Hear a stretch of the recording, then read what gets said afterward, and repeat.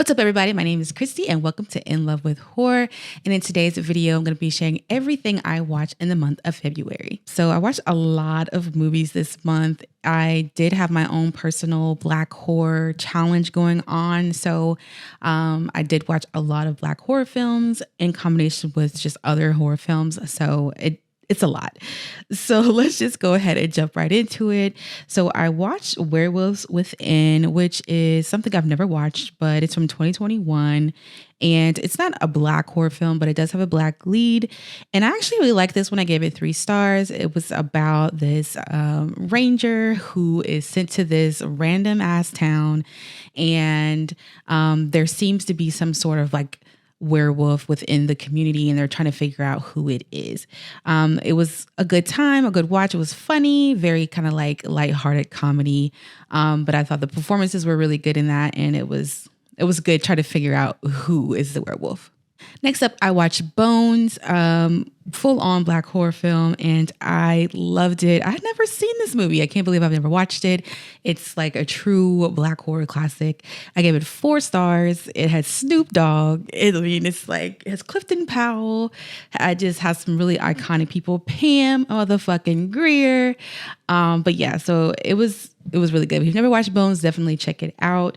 It's really about the gentrification and seeing our neighborhoods being taken over by drugs and all that kind of stuff. It came out in 2001. Definitely had some, social commentary, but it's really good. Definitely check that one out.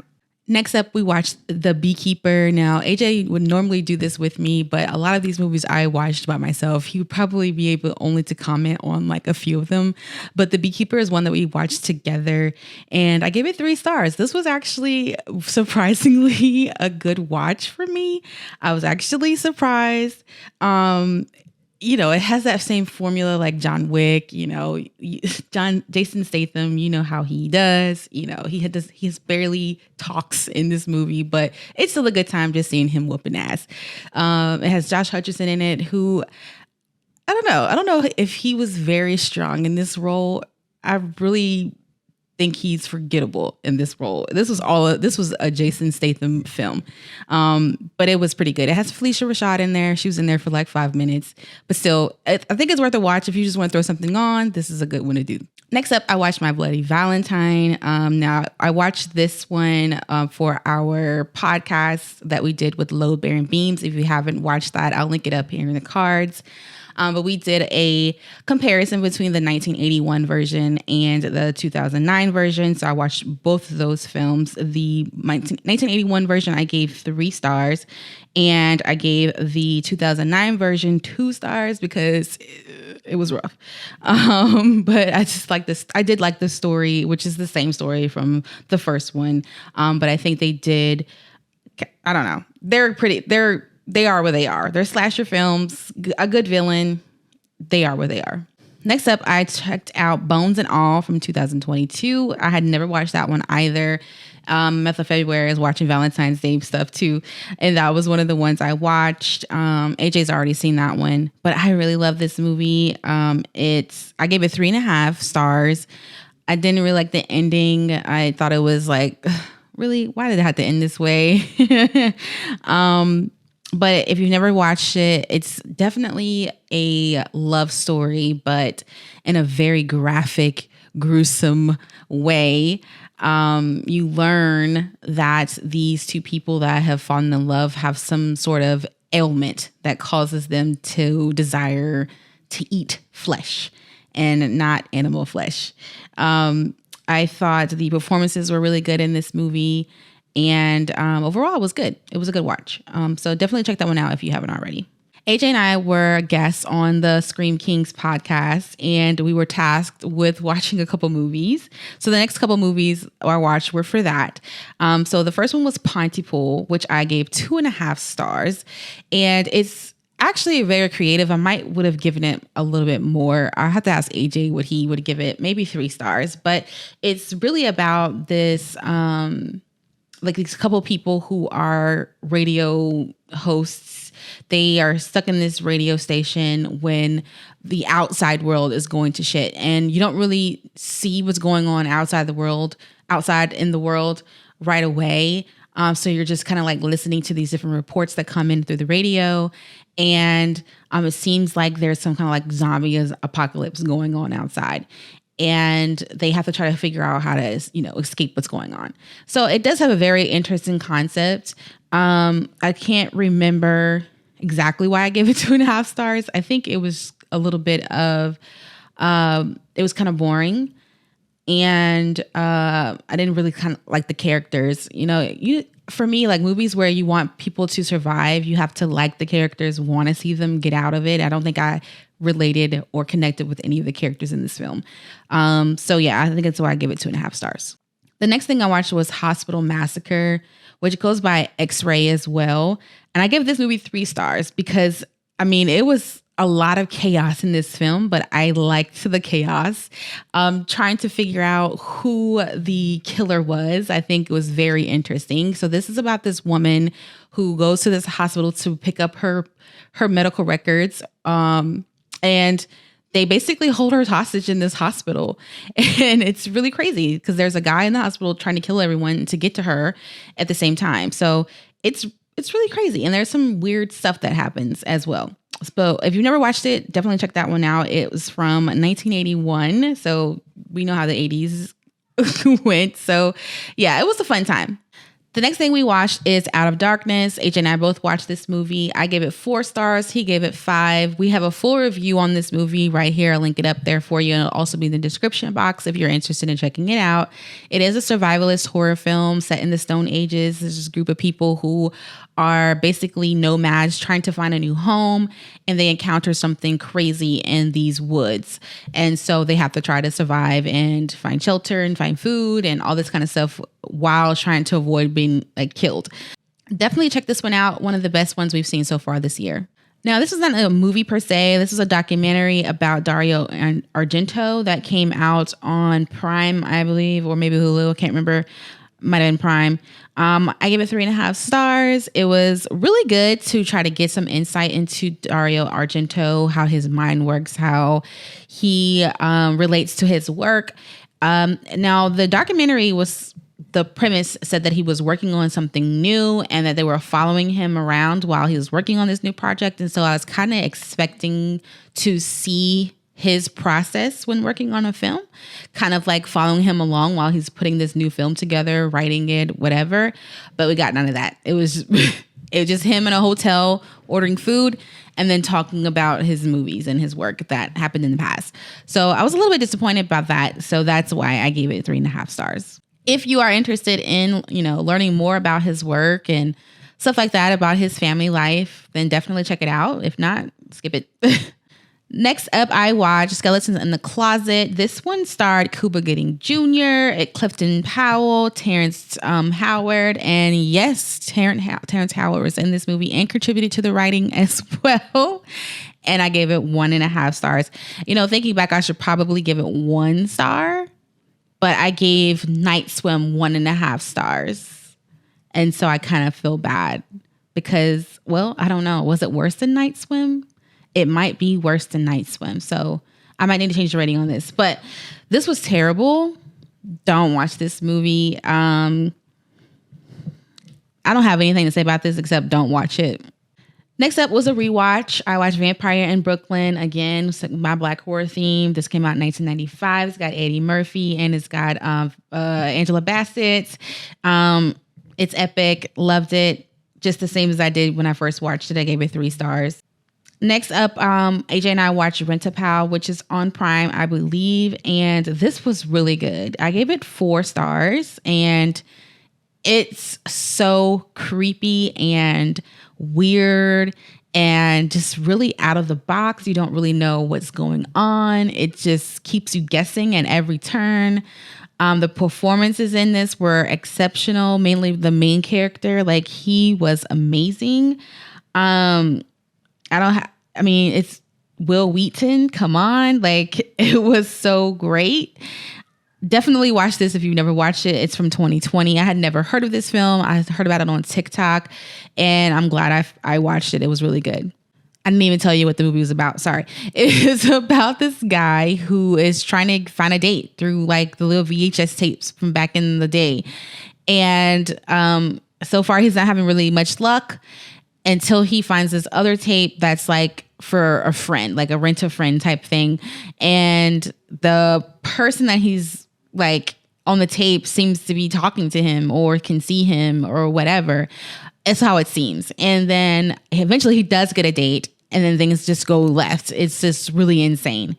And he lives in his mother's basement because that's important to know as well. But yeah, it's good. Go check it out.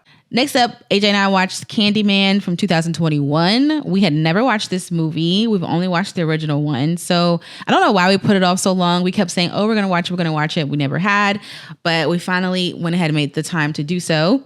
And it was good. I gave it 4 stars. I know a lot of people give this movie hate. I would suggest rewatching it again. Like now, maybe in the time that it came out, it wasn't a good movie. I don't know, because of all the different like the social commentary that's involved in it. But I really liked it. I thought it was a strong remake or continuation of the story, if you will. And I like the connections to the original story. I know that, I don't know, but I thought it was good. So I gave it 4 stars. Next up, we watched Queen of the Damned. Well, I mostly watched, AJ was half asleep, but I gave it 3.5 stars. I love this movie. Like, this movie has a special place in my heart. Whenever I do decide to get a tattoo, I'm definitely getting Queen Kasha on my arm somewhere in a sleeve because I just love her. And even though, you know, she's evil, I don't really care. She's gorgeous. And the costume design for her was just exceptional. And the story itself is pretty dumb. But it's okay. I still love the movie and I'll watch it again and again and again. I just love it. Next up, we watched People Under the Stairs. I had never seen this. AJ had. I gave it 4 stars. Yep, I did. And I love this movie. I love Fool. I love Ving Rhames in this movie as well. If you've never seen it, go watch it. It's a classic. It's written by Wes Craven. A lot of people don't know that or forget it. But it's really good. It's about this boy who's trying to help his family because rent is high and they're about to get kicked out and his mom is sick and he has no other choices. And Ving Rhames' character kind of ropes him into this robbery type scheme to rob the people who own the apartment that they live in. And they get stuck inside the house and find out a lot of different dark secrets from within the walls. So yeah, definitely a good one to watch. Next up, we watched Dawn of the Dead. We were on the Cradle to the Grave podcast. I'm going to link the episode down below. And we watched Dawn of the Dead in preparation for that video, for that podcast. And I had never seen this. AJ had, and I had only watched the more modern one. I can't remember what year that came out, but this was the 1978 version of Dawn of the Dead that we watched. And it was so freaking amazing. 4 stars.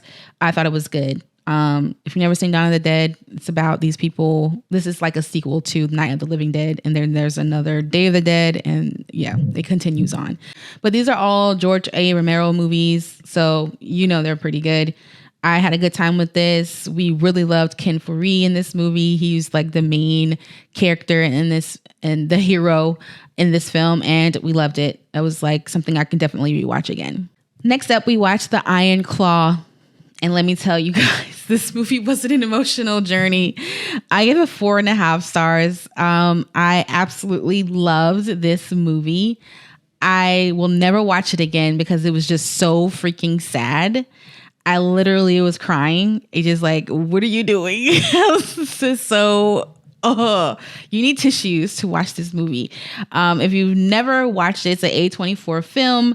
It was directed by Sean Durkin. And it's a true story of the Von Erich brothers, whom I've never heard of. They're like wrestlers, famous wrestlers.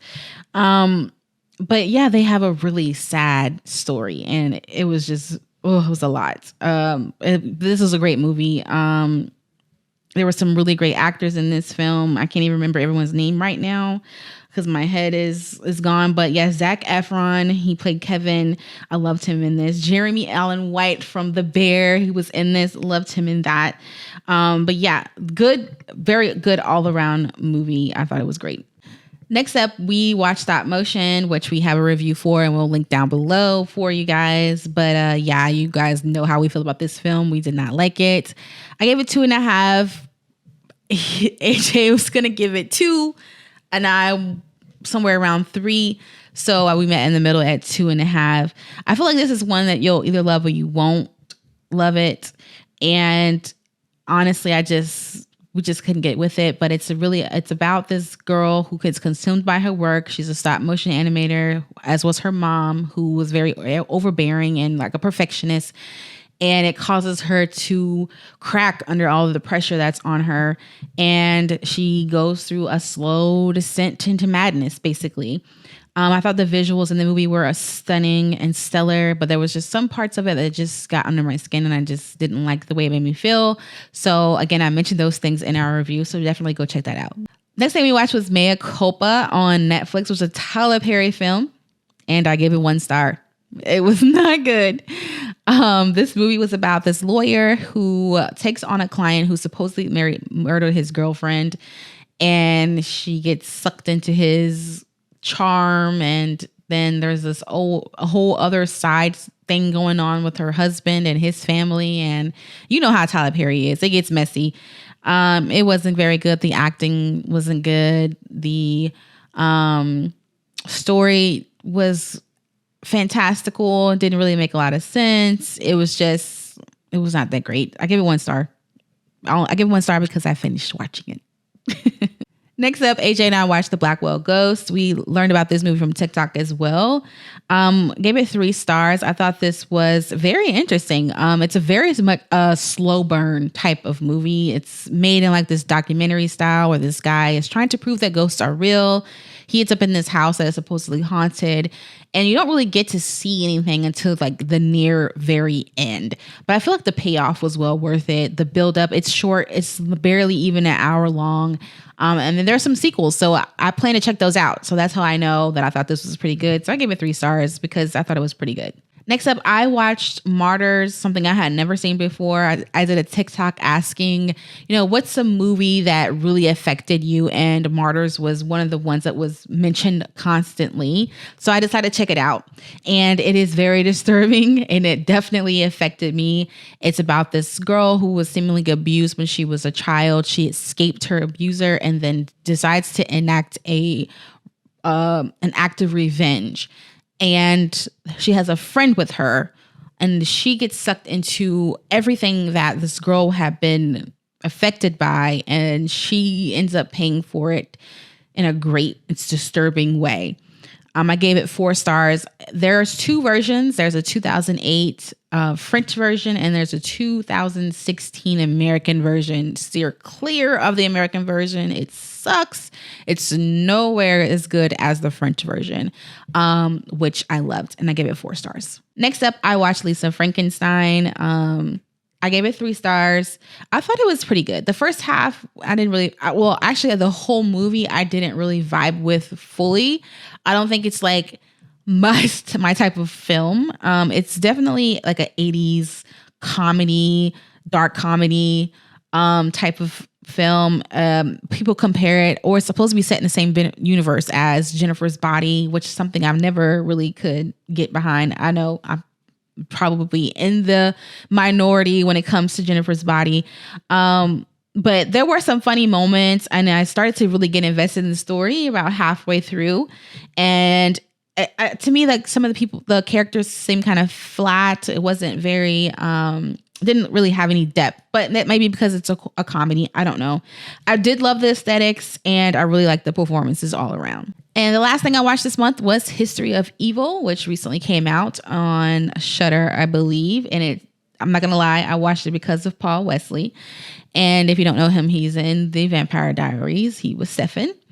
And I didn't really know what to expect with this one. The plot of this movie is that it's set like in this post-apocalyptic, or there's like some kind of like civil war that's happened in America. So there's this fascist regime that is in charge of the country, and there are this sect of people who are part of the resistance. And Paul Wesley's character, his wife is like one of the leaders within this resistance, and she's been in political jail, or trying to avoid political jail for some time. And he's been away from her, but they've found a way to get back together. And now they're about to get extracted out of the country to go to Canada. But they have to go into a safe house while they wait for extraction. Now, this particular safe house is haunted, and it's haunted by a former Klansman who wants Paul Wesley's character to unalive his wife and child. And yeah, it's as bad as you think it might be just listening to me talk about it. I think that they had a good intention and idea with this movie, but the execution of it was way left field, and they could not reach it. It was way over there. Bad performances, and everything about this movie actually was pretty bad. I can't even explain how bad it was. Just avoid it at all costs. And that wraps up my February, what I watched, everything I watched. And if you are not following us on Letterboxd, it'll be linked down below so you can follow us to see what we are watching and what we think about what we're watching. Thanks so much, guys, for tuning into today's video. If you liked it, give it a thumbs up. If you haven't already subscribed, definitely join the fam. We would love to have you as part of our community here on In Love with Horror, where we talk about all things horror. And we would love to have you as part of our discussions here. Well, until next time, we'll see you later. Peace.